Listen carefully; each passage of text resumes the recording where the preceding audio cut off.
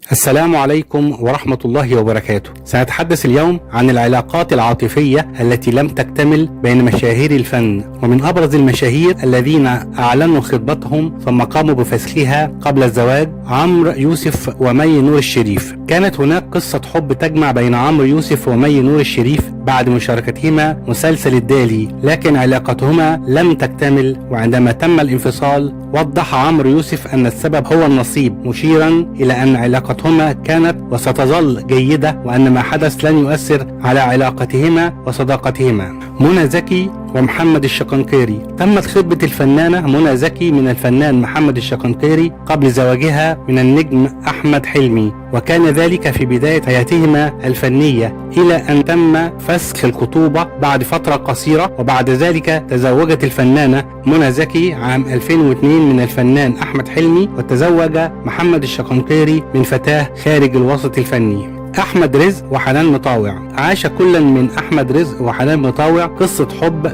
خلال اشتراكهما في فيلم اوعى وشك، واستمرت الخطوبة فترة طويلة، ولكن تم الانفصال بشكل مفاجئ بسبب غيرة أحمد رزق، وبعدها تزوج أحمد رزق من فتاة مغربية وأنجب منها 3 أطفال، وأيضا تزوجت الفنانة حنان مطاوع وأنجبت طفلة.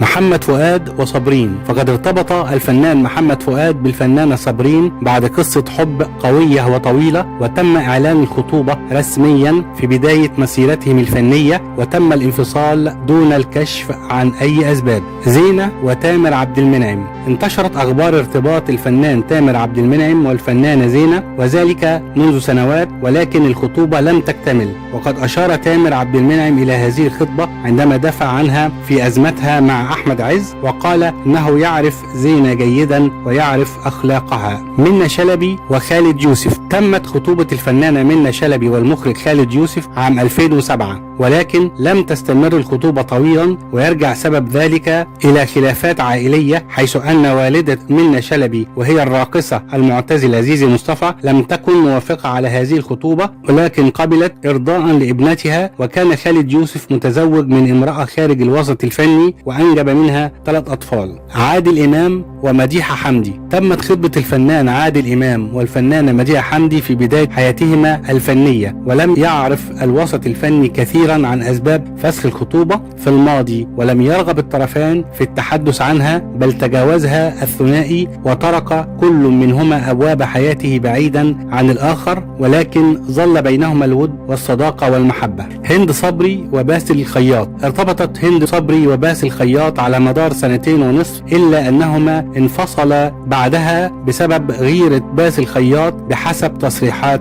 هند صبري. هاني عادل وحلا شيحة. كانت هناك قصة حب تجمع بين هاني عادل وحلا شيحة في بداية فترة حجابها، وتم عقد قرانهما، ولكنهما انفصلا قبل الزفاف بأيام قليلة دون أن يفصحا عن سبب الانفصال.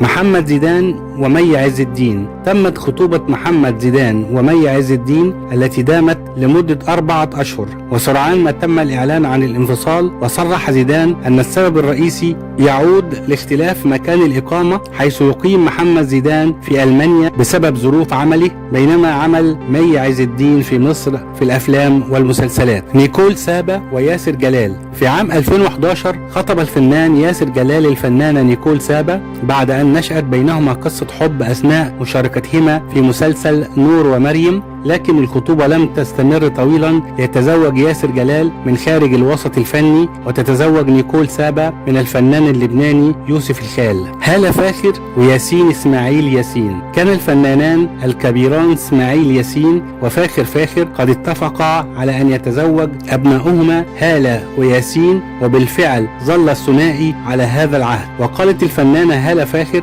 إنها تمت خطبتها على ياسين إسماعيل ياسين، لكن الخطوبة ما عادتش كتير. وقالت هالة إن طنط فوزية زوجة الفنان إسماعيل ياسين كان عندها عقد أهدته إلي يوم الخطوبة، وكان هذا العقد قد أهداها إليها ملك البحرين، ولما تم فسخ الخطوبة خدته تاني طبعا، وزعلت على هذا العقد قوي، وكان إسماعيل ياسين بيحبني جدا، لكن كل شيء نصيب.